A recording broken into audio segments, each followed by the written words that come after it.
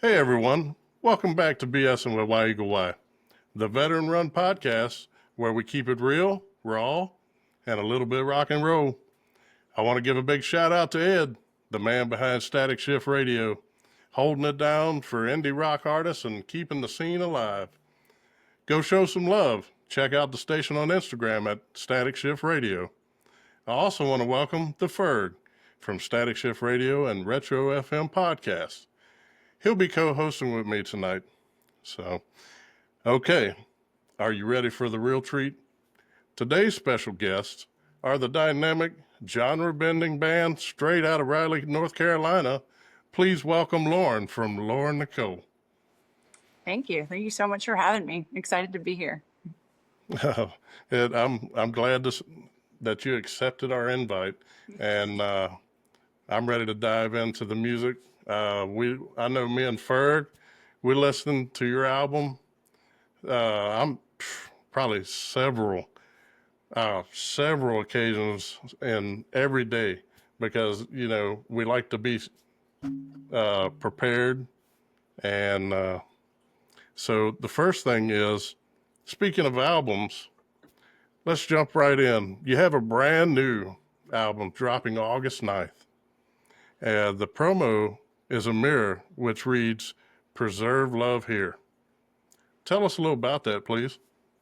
Sure. Yep, we're excited. It's a 3-song EP, and the title of it kind of came from a couple different places, but the album artwork was definitely by design, by choice. We wanted to find an image that was encompassing to everybody who saw the artwork. So when you're looking at it, it's a blank mirror. It's not a mirror with somebody in it. It's just the mirror. And it's kind of a symbolism on the fact that if you were actually in front of that mirror, it would be you. So it's an indirect personalization that people hopefully can identify when they see it. But this was a follow-up to our full-length album From Within that we released last October. I can't believe it's coming up on a year. It's kind of crazy.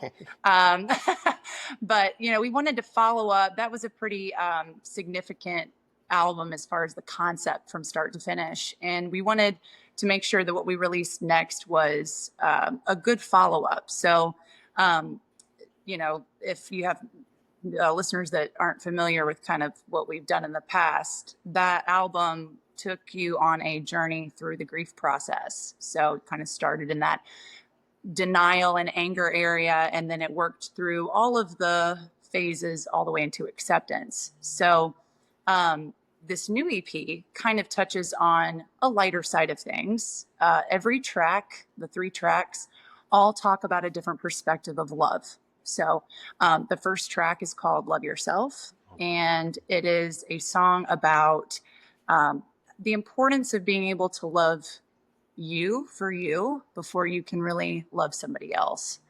And the second track is called State of Preservation. And if anybody watching here has followed us on socials, I've kind of been teasing this track now for a few posts. For a little while. And probably will continue. But it's definitely the most upbeat, up-tempo song on the EP. And it symbolizes finding a safe space and being completely unapologetic about that in this chaotic world. Everybody is kind of living in that fear of missing out. And this song is about embracing that you don't always have to live like that. You can take some time for yourself, and you should be, at peace with that and find joy and comfort in that. And then lastly, our third song is called Here With You. And that song is the ballad off of the EP. It is the love song off of the EP. Yep. And it's a little different for us. So it's got kind of hints of pop rock with a little bit of Americana.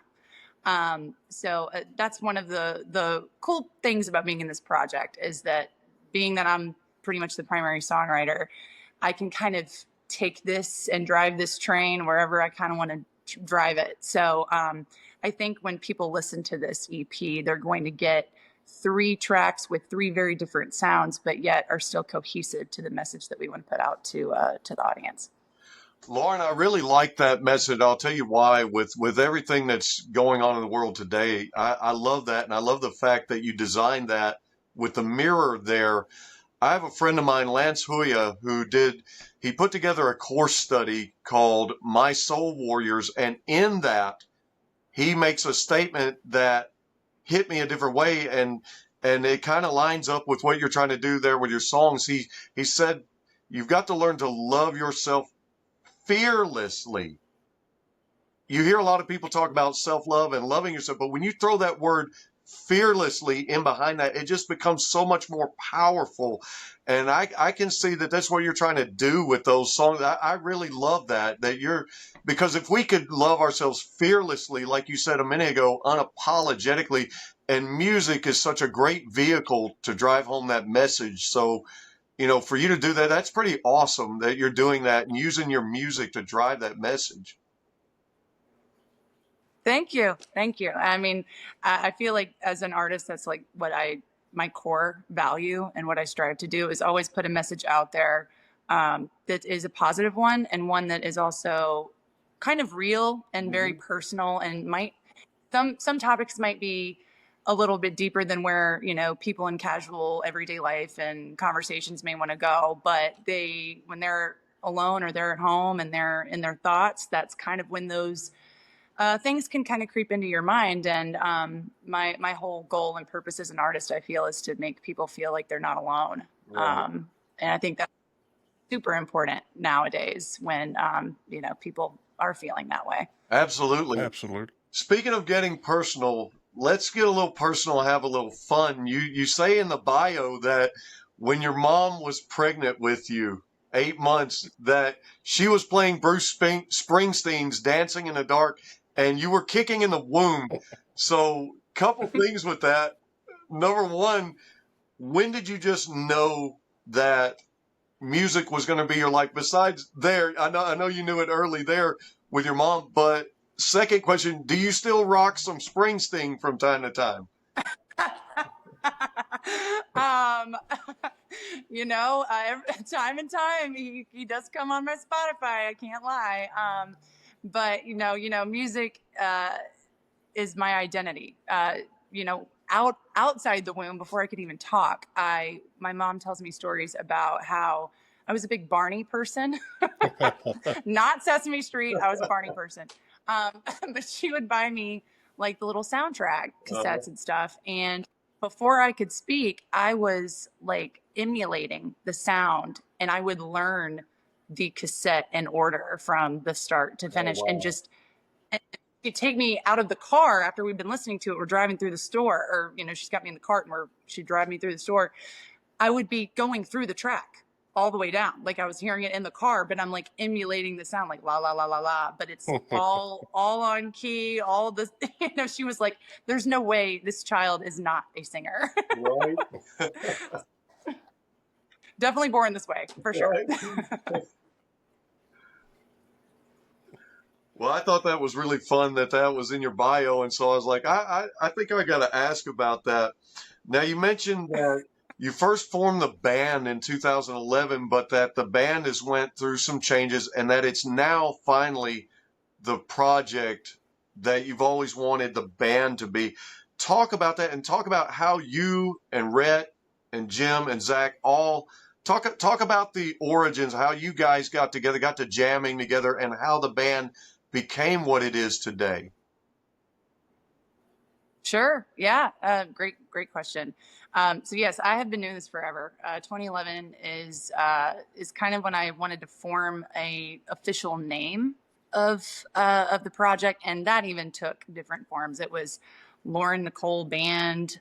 There was a Lauren Nicole Alliance at some point, and then there kind of came this realization that it's always going to be a band. I feel like my guys will tell you I am definitely not like the front woman diva like that most bands have. So with that spirit, I didn't want it to be like Lauren Nicole. I wanted it to be cohesively together as a unit because I very much value all parts to a band. If if one part is missing in the band, it is not really going to function the way that it needs to, Right. essentially. So, yeah. So, I with that kind of band name turning, there were also musician churn for several years. But it was a good thing now looking back. And I say that because I was writing music that was not a direct reflection of myself as an artist, because I was still trying to kind of find myself as an artist.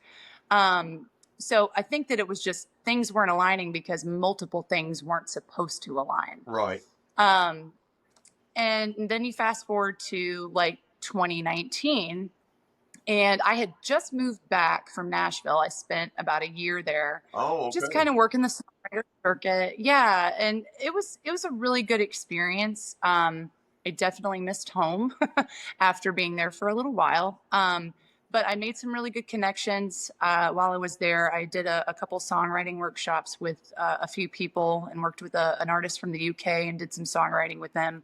And it was all around really, really great experiences. But at the end of the day, it wasn't really home. Right. So when I moved back, I didn't really have a band here anymore in North Carolina. I had kind of, shifted. I had kind of a band that was here that I'd play with casually when I would travel back and forth from Nashville, but it wasn't really a solidified figure.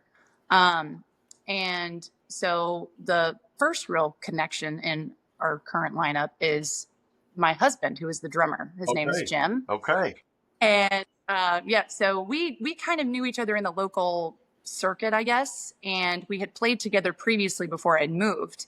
And when I moved back, we kind of lightly stayed connected. And he had been working with a band on this separate that was they were going through a change with their singer. Their singer was about to join a different project, and it just wasn't aligning. So I needed a band, and he was with a band that needed a singer. There you go. So it was amalgamation of a lot of things, and stars aligned. And Rhett and Zach were the people that Jim was playing with. And Okay. Rhett and Zach are also family. They are cousins. So that's kind of cool. It's our band is truly a family, because it's two halves that make a whole. Zach and Rhett being family, and me and Jim, of course, family. So Heck yeah. yeah, it 2019 was a year of magic. And here we are now, and we've been writing and performing, and it really does feel like a family too, which is really great. I feel like that's such a unicorn to find when it comes to bands. There's so much drama you hear Oh, about man. bands. Gosh. Yeah. Yeah, Yeah. I'm so thankful and fortunate that we have none of that in our band, and that everybody truly is just a good person, and we all love each other, and we can make great music that has a good message. And yeah, so it's been a journey, but I'm really glad. Heck yeah. Sure. Speaking of you and Jim and your Yeah. relationship, I wanted to bring up the fact that one of your influences is Alanis Morissette. Jim really liked Taylor Hawkins. God rest Taylor Hawkins. We wish he was still here. But some Yeah. people don't know that Taylor played on Alanis's first album. And I'm sure that wasn't lost on you, because I'm sure you and Jim had that conversation, and that kind of helped your bond as bandmates, and then possibly your personal relationship with one another. And so I want you to talk briefly on that a little bit, and then your favorite Alanis Morissette album.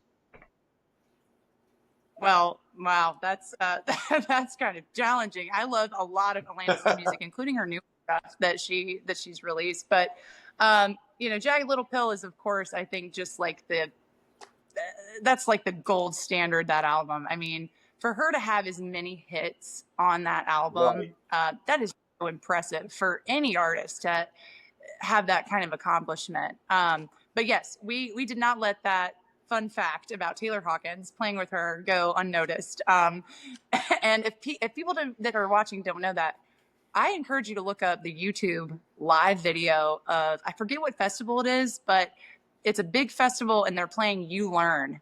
And the rendition of that is wild. Like I always tell my band, I'm like, hey, when we are ready to like put that song in our like cover repertoire, we're learning the live version because that thing is awesome. Heck yeah. Heck yeah. Yeah. I have one for you too. Is Meg Myers and Jenna McDougall? They both bring strong vibes.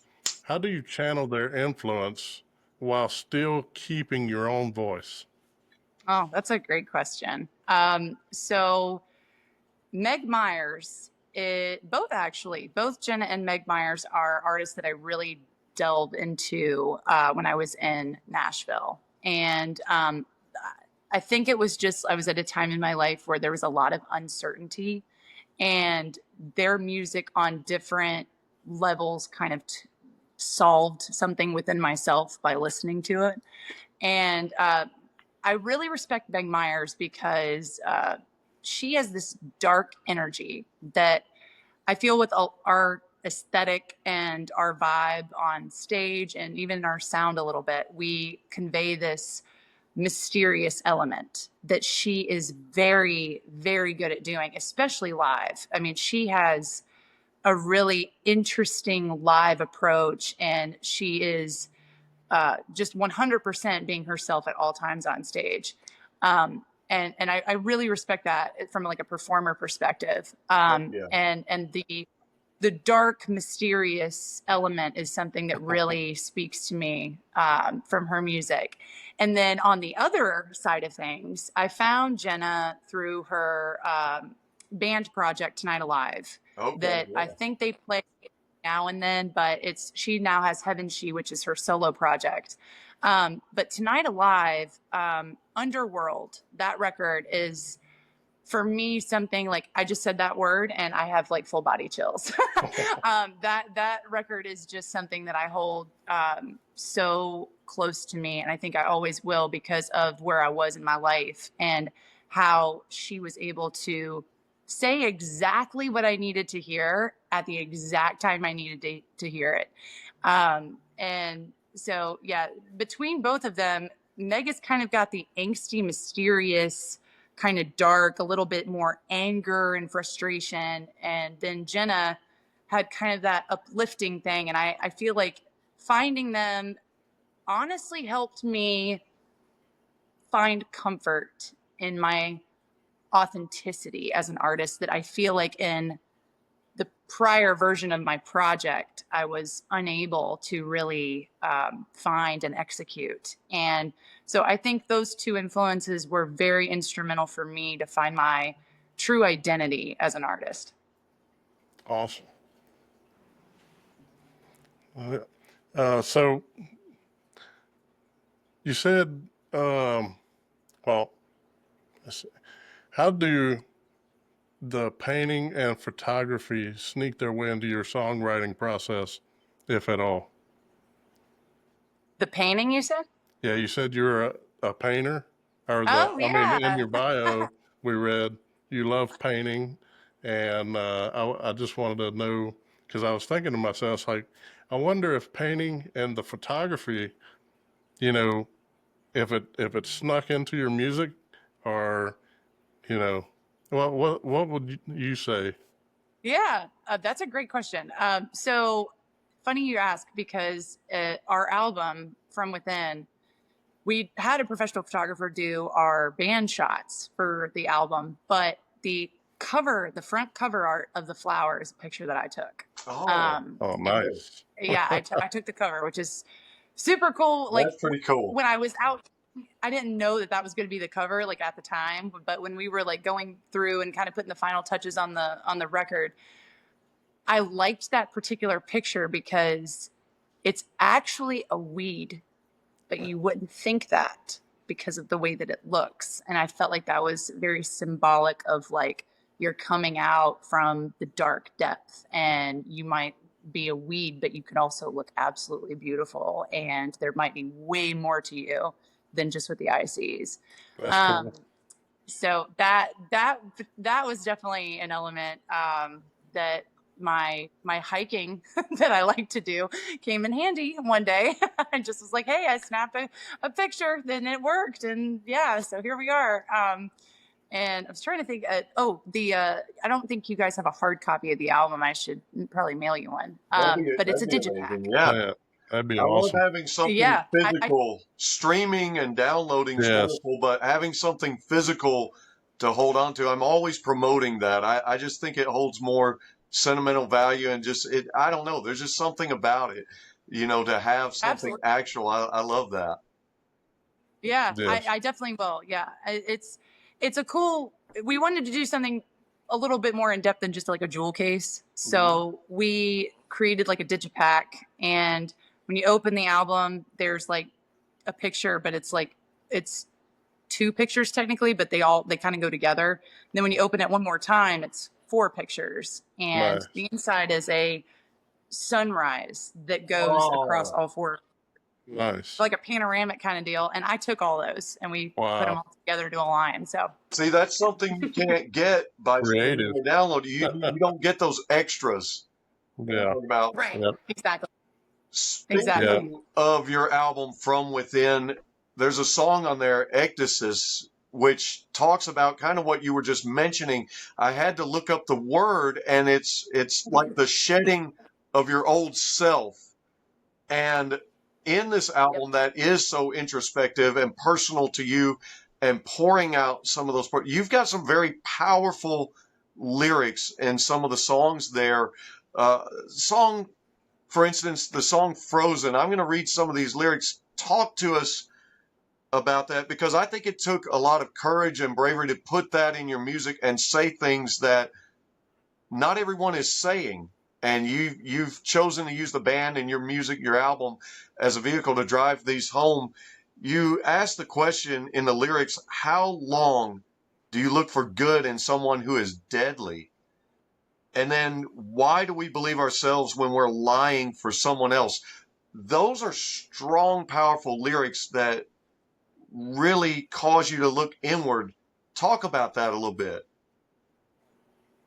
So yeah, that was a fun fact is that I actually wrote Frozen and Hated in the same hour.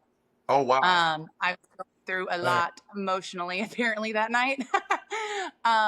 But yeah, Frozen is a song where I always like to think of it as the things that I needed someone else to ask me, but I decided to ask myself. Okay. So it truly is like I became my own therapist for that song. I wanted to ask myself very pointed questions that I felt I was denying just living and going through my day to day. And it was a song of a reality check, honestly. Like, how long are you going to put yourself in these positions? How long are you going to lie for somebody when it's compromising who you are as a person? All these Right. things that I felt like I really desperately needed the answer to. And what that song turned into in the chorus is ultimately a song of self-forgiveness. Leaving what you can no longer control and probably what you couldn't control ever in the past and moving forward from that. And that's why the song has more of this uplifting kind of approach, Mm-hmm. which kind of starts taking you into the next chapter of the album. And I hope that when people listen to it, if there's people out there that are going through the same things I did when I wrote it, that's a song that can maybe bring some awareness so that they can take the next steps they need to ultimately find happiness, because Heck yeah. I do think what we all deserve in the end, is just be happy. I tell you what, we can go ahead and play that song right now and let the audience hear it. You good with that, Lauren? Absolutely. All right. So, about to share the screen.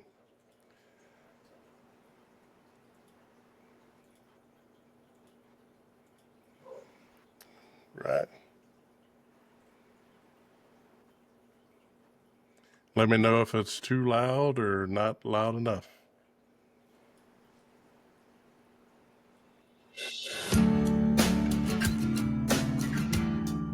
How is it on y'all's end? Perfect. I hear it, Brian. How long must you love someone when it makes your heart feel heavy? How long must you do something that gives your life no meaning? Why do we erase ourselves and then try to be somebody else? Run, run far, far away. There's no need for you to stay. You're trapped inside and you can't rewind the mistakes you've made on this moment's frozen time.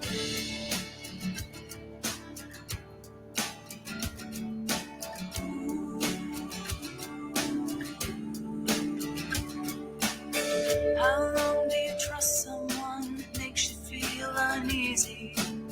How long do you look for good in someone who is deadly? Why do we believe ourselves when we're lying for somebody else?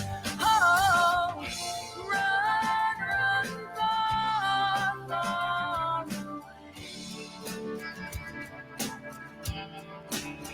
There's no need for you to stay.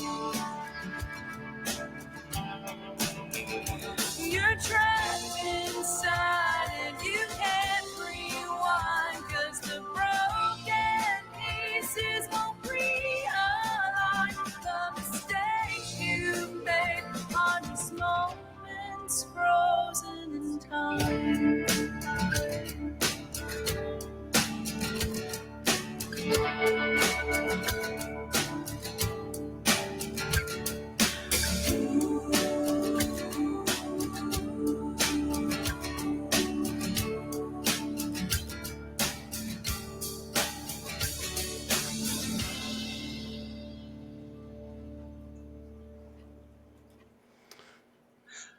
And the audience can do exactly what you just did, Robert. They can go to Spotify and they can go to YouTube. They can go to other streaming platforms and do what you just did and click on Lauren's songs and listen to them, right?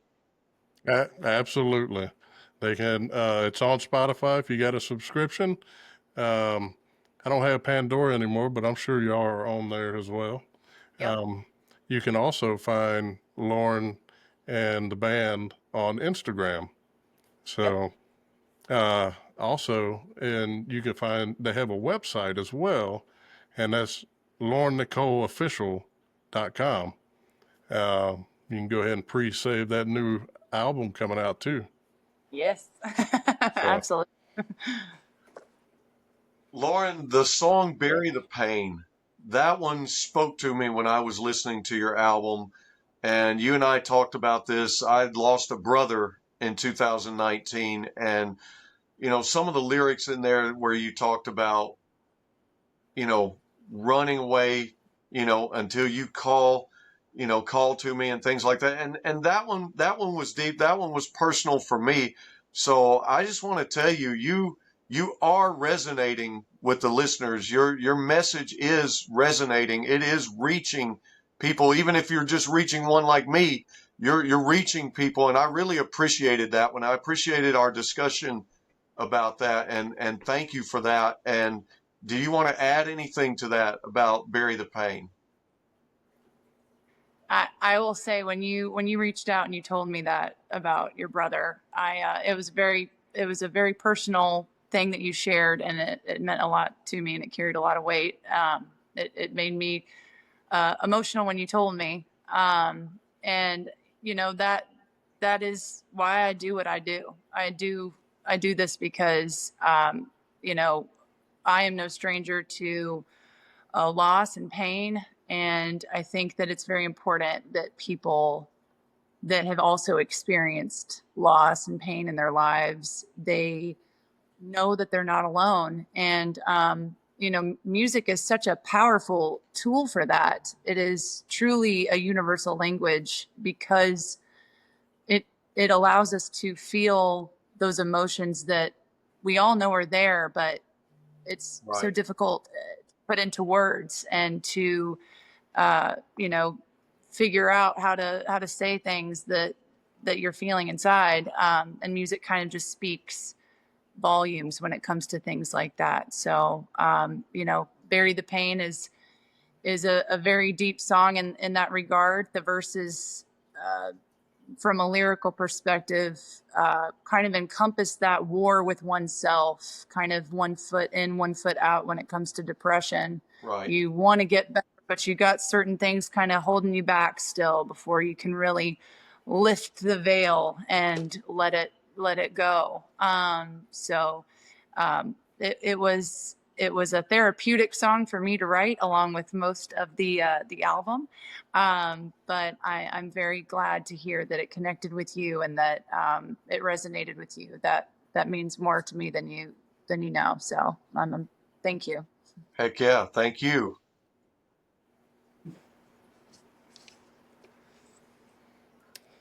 Well, let's have some fun then. We've talked about the darker side of things, and we've had a little bit of emotional things. The song "Nobody But You," man, that's a great bluesy lick right there. There's some great guitars, and you kind of got a more. Not saying that you don't on the other songs because you do, but you pour some soul into that one, and there's some blues, and I love that one. Talk about that song. Yeah, that song I actually wrote in Nashville. So it was, it's kind of cool because a lot of the songs on the record were written much before got in a studio to record it all, which was kind of great because we knew we had this big concept and we wanted to, put it all together, and we had several pieces of the puzzle just kind of laying there. And Nobody But You is the light song on the album. It's the more poppy, bluesy, feel good song. And I wrote that because I was just feeling pretty happy and talking to Jim, of course. And there's no mystery that song is 100% about him. So he knows that. So I try to not let it get to his head, but So when did you but guys get married? And congratulations on being able to make that work Yeah. in the band. That's amazing. When did you guys actually get married? Oh, we are about to celebrate 5 years in October. We were married Oh, on October Awesome. 2nd of 20. congratulations. Yeah, thank you. Awesome. Yeah, we Congrats. Yeah. married in the heat of COVID, so that Oh, was fun.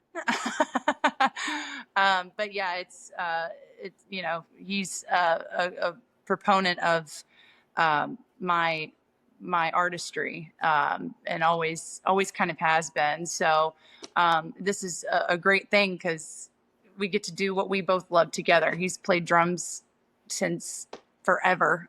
There's little baby videos that his parents have showed me of him just standing up there, tiny, not really able to walk much, but still going to town on the little drums. And, like I mentioned earlier, I've been singing since before I could speak. So, Right.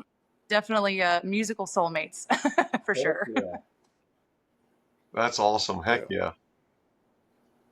Well, I mean, we can give that one a play too for Jim since he's not here. There You you know, go. that way everybody can hear and enjoy Well, this they got to hear song. this one anyway. You guys Yeah. have got to hear this one. So,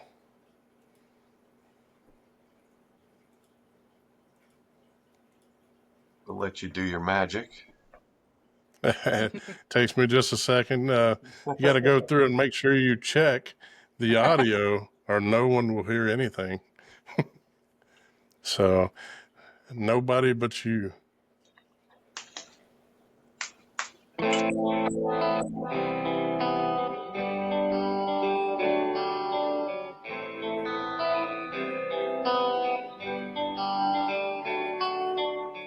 Think it's time to say what's on my mind. I've been losing little sleep at night. Think it's time to try and make things right. Got the love that I've been trying to find. Love you, let's play, we know what's at stake.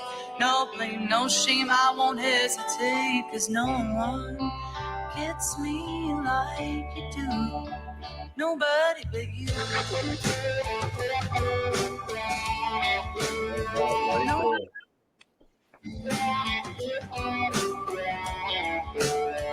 Nobody but you.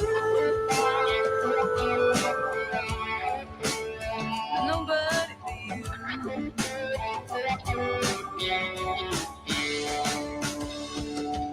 Going down a road that we both know, sharing stories we always told. What lies ahead of us may be unknown. I think it's worth it if we take it slow. Love game, let's play, we know what's at stake. No blame, no shame, I won't hesitate. Cause no one gets me like you do. Yeah, nobody but you. Nobody but you. Nobody but you. Nobody but you.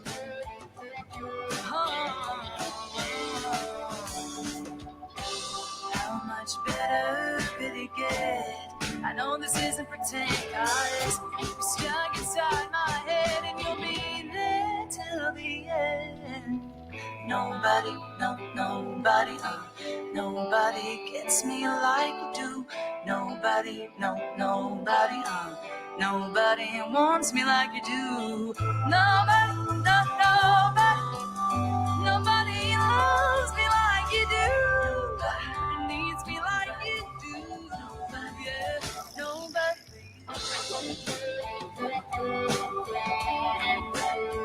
Nobody but you. Nobody but you. Nobody but you. Oh, nobody but you.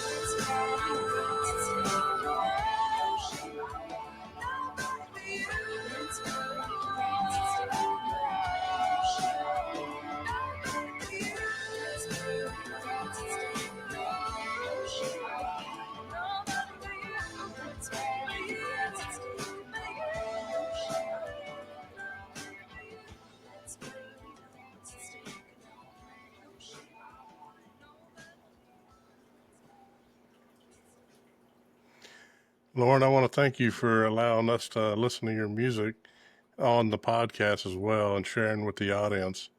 Oh, Uh, thank you. Oh, I appreciate it very much. Hopefully, people are enjoying it out there. since we're on the fun side of things, um, so who takes the longest to get ready for a show?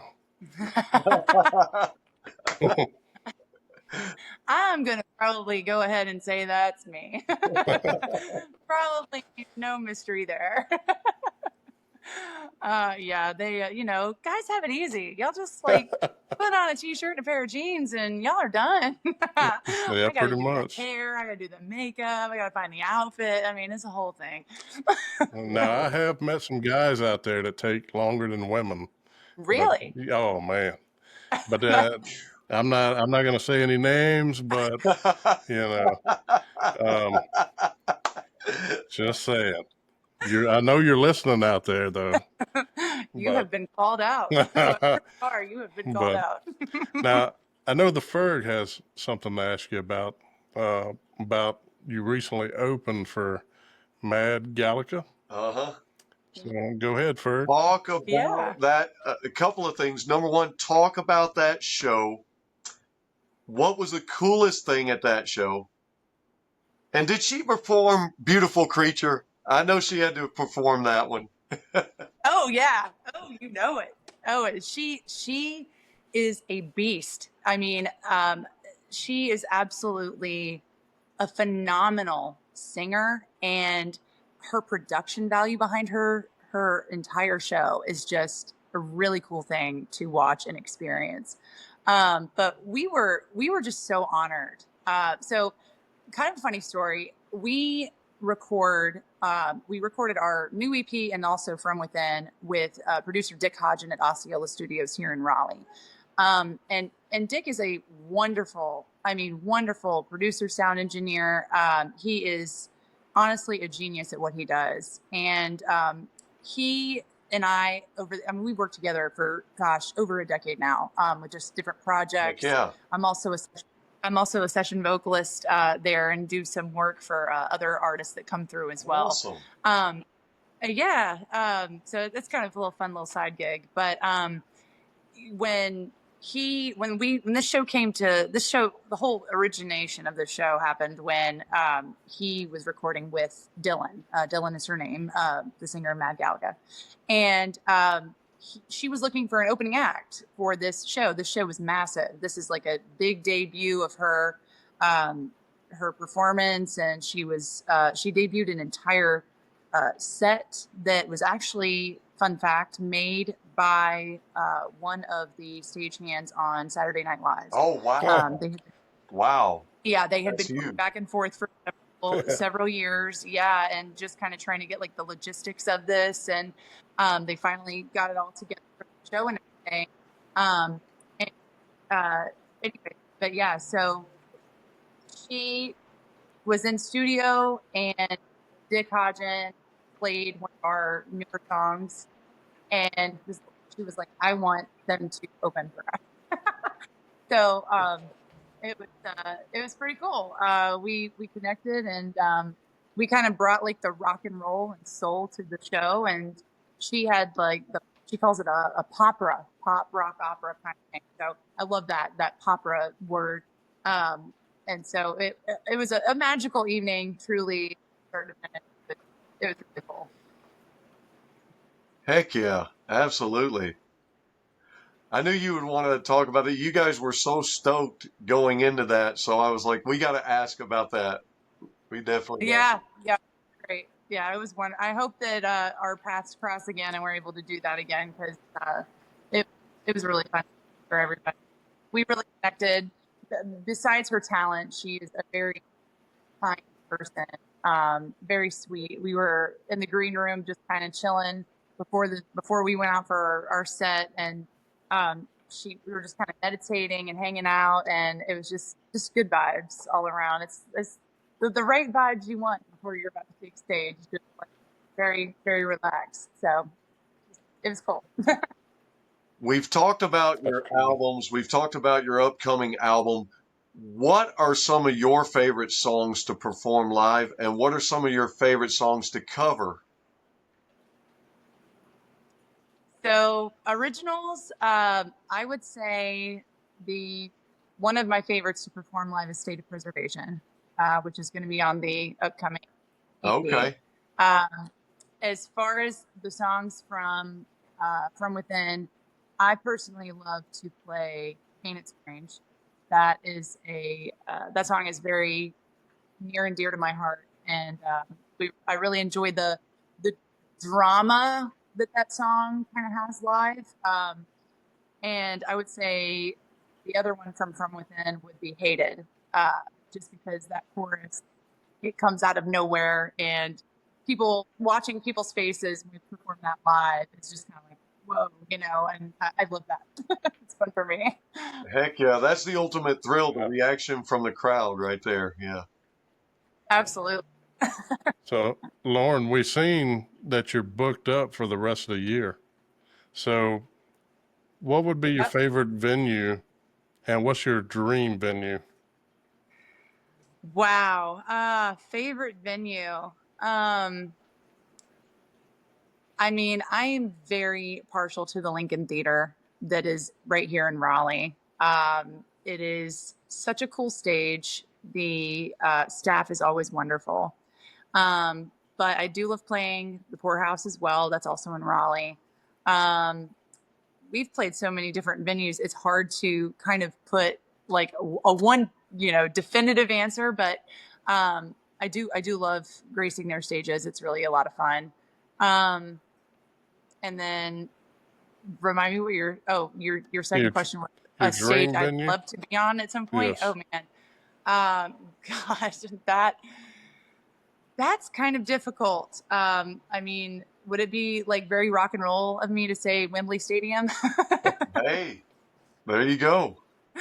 That Yeah. is like very far out of my reach, obviously. But I mean, hey, that's why we do this, right? To just dream, and Yeah, dream big. one day, you never know. It Yeah. happens to some people out there. It does. Yeah, Maybe it definitely.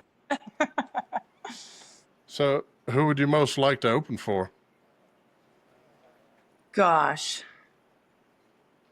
I feel like Jim and I were just talking about this not too long ago. Of course, I would love to open for my inspirations. So to open for Jenna and her solo project would be like, oh my God, I think I could die happy kind of deal. Um, but yeah, Well, if you're listening, Lauren Nicole, if you're listening, there it is. Yeah. yes, come find me, Jenna. Let's make this happen. But I mean, there's so many artists that would be honestly a delight to open for. Being a female fronted rock, I would love to put together shows that really highlight that. With whether it be artists that are even like slightly different of a genre than we are as far as like their heaviness. Mm-hmm. I'm big into like metal bands too. Like I love Lacuna Coil, I love Evanescence. Like Yeah. that would be like a dream. um, but yeah, I mean, I think female fronted rock is a very important thing, and bringing light to that. So, yeah, anytime we can open for female fronted bands, that's great. I mean, no shame to guys. We're we'll open for guys too, but I think it's just kind of cool, the female camaraderie and everything. So yeah. Lauren, there seems to be an uprise in female-led rock nowadays, and a lot of the bands we feature on Static Shift Radio are female-fronted bands. And what I was having a discussion not long ago with some friends of mine about was, it's interesting to me, it seems like the male counterparts and the bands that are fronting, that are being fronted by the women, they're really embracing you guys in an amazing way. And there seems to be a great cohesion. There were years ago where female fronted bands, they didn't quit what they were doing, but it was tougher back, when Joan Jett was trying to do it, Vixen, some of the bands. But now it seems like ladies are really being embraced. We've often embraced women in pop music, soul, R&B music, and other genres, country music being a big one. But in the rock and roll, alternative, heavy metal genre, there seems to be an uprising, and you guys are being embraced like never before. Speak to the importance of that and what that means to you, and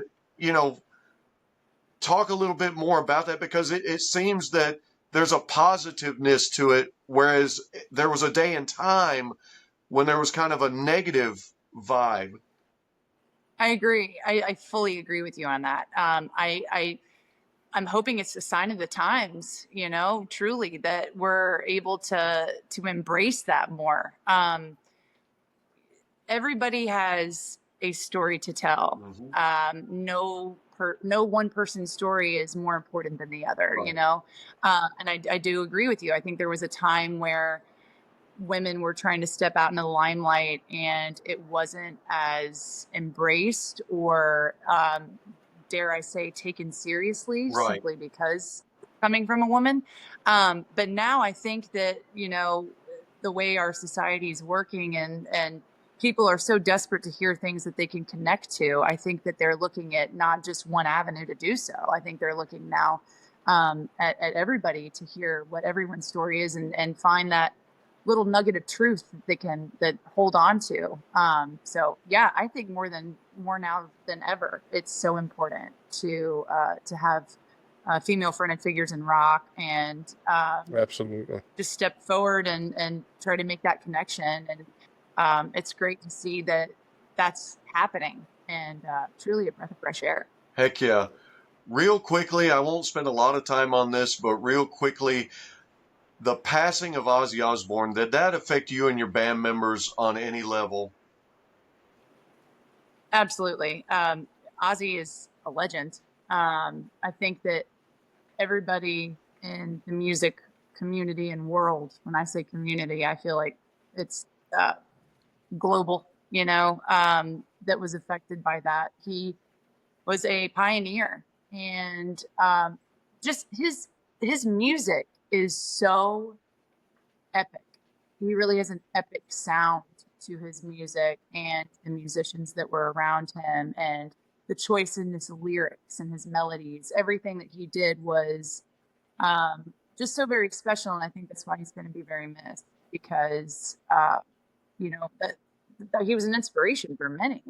And I saw somebody comment that he was an icon and Right. agreed. Yes, the icon. It's one of those things where no one could ever even come close to filling those shoes. You need to create your own shoes and do your own thing, because what he did was just very iconic. And yeah, we were at a show actually last night, and it's been a crazy couple of weeks with just scheduling and everything, and we hadn't had time to really crank out an Ozzy cover, but it's definitely on the list now. Oh, heck yeah. So, That's right. yeah. Well, 3 of the members of your band say that they love hiking. Have you guys took a group, a family, a band hiking trip? And what are some of your favorite trails, some of your favorite mountains? So that is on the to-do list. Absolutely. I have been wanting to do that for the last couple of years, do a band hiking trip. So we've got to make it happen. It's so difficult with just everything going on in our shows and everything, but it is definitely on the to-do list. We're all nature lovers, and I would say for me, hiking, I love to go to Grandfather Mountain, which is a couple hours really from here. Mhm. But we have stayed in the Sugar Mountain area and kind of hiked, those trails up there. And I love the mountains. I love the ocean too, but there's something very special about hiking in the mountains that just makes you feel so connected to the planet. And I think that's important to kind of cut the technology world out a little bit Uh-huh. and go there and try to find your peace and your serenity. So I do feel like that. But yeah, that is on the to-do list, and I will make sure after this interview to be like, hey, the Ferg brought up a very good point. Uh-huh. We need to get this on the books because fall is around the corner, and I would very much enjoy that. I think we all would. We were just in the Smoky Mountains about a week and a half ago, and Cool. we hiked up to some waterfalls. It was beautiful.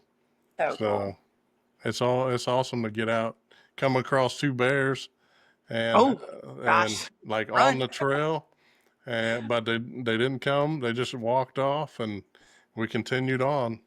But Very good. it's I it's Oh, would that's be good. scared. it's awesome to get out though and see the wildlife. Yeah, definitely. Heck yeah, absolutely. Lauren, real quickly, take each member of the band and tell us one pretty unique thing that they bring to the band.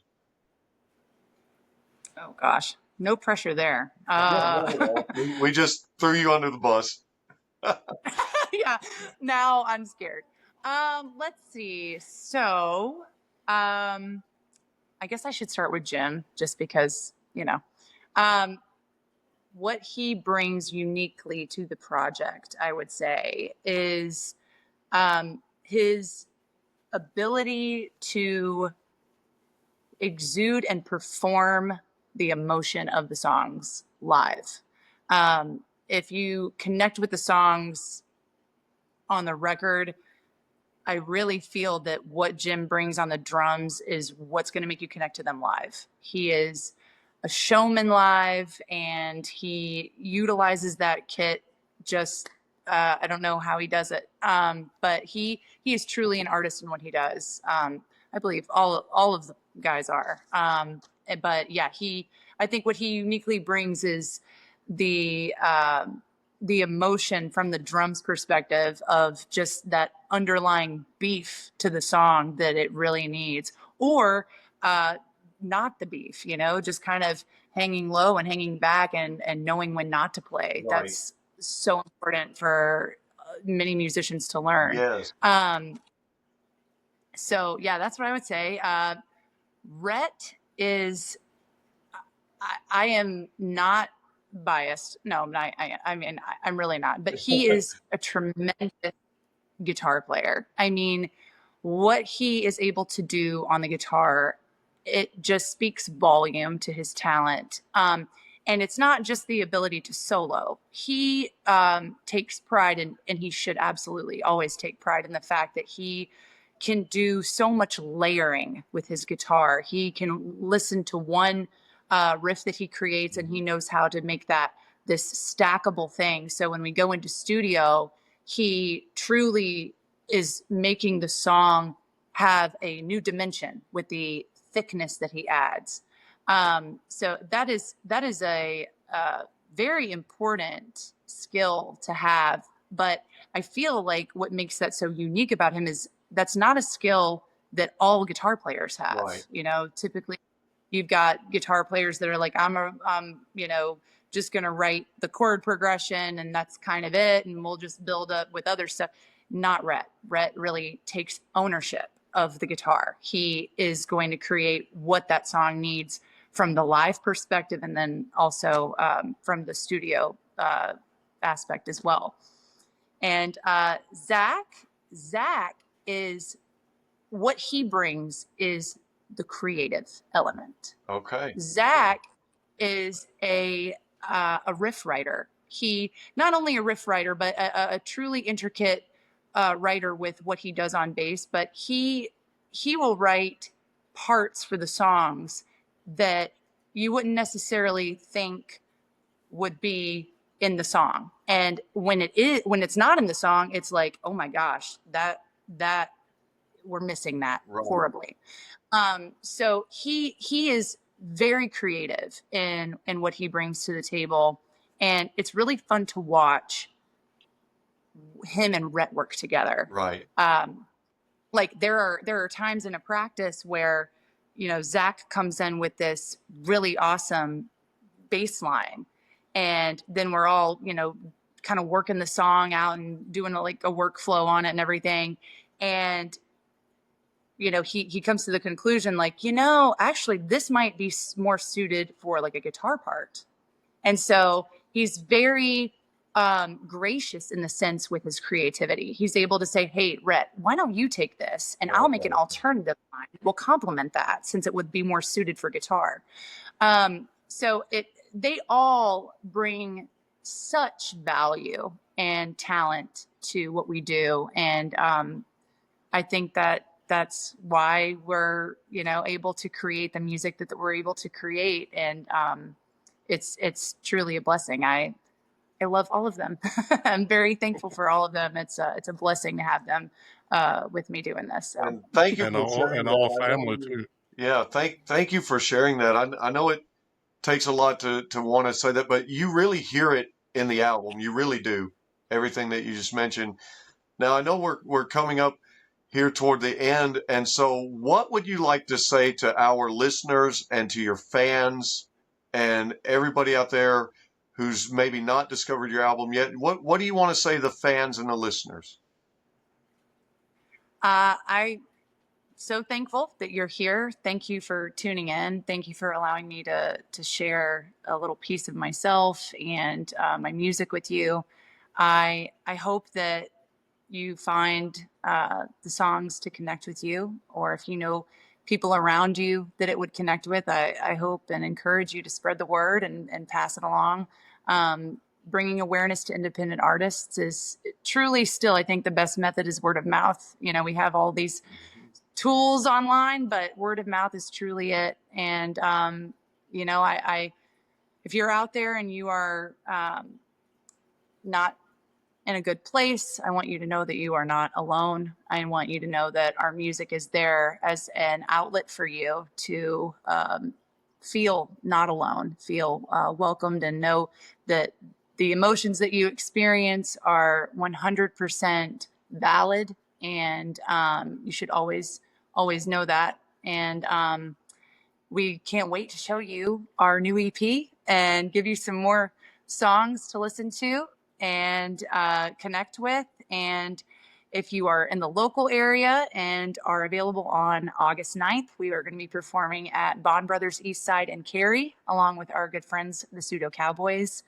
And we're very excited for this EP release show. So make sure that you grab your tickets. They are available on our website, along with our pre-save of the EP. So would love to see you there, and can't wait to show you what we got coming up.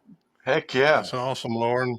And so that's what we do, is we spread the word. And just like we appreciate you coming on the podcast, the Ferg is sharing it, Static Shift Radio sharing it, and BSing with Y Eagle Y sharing it. So we absolutely enjoy when y'all come on the show. So I do have shout outs. And so I'm going to go ahead and start with you, Lauren. So listeners and audience, pre-save Lauren Nicole's new album by going to LaureNicoleOfficial.com. And pre-save Preserve Love Here drops August 9th. And you can also follow them on Instagram at Lauren Nicole Official for all the latest shows and behind the scenes. Also, big shout out to the Ferg from Static Shift Radio and Retro FM Podcast for co-hosting this one. And we also, let's see what we got here. So pretty much that's a wrap. We're coming up, well, we're over an hour. So on today's episode of BS and with Y Eagle Y, big love to Lauren Nicole for hanging with us, sharing their sound and story. Y'all go check them out, support their music. And also, you can find Static Shift Radio on Instagram. A shout out to Ed. And till next time, keep BSing, but do it with soul. Peace. All right.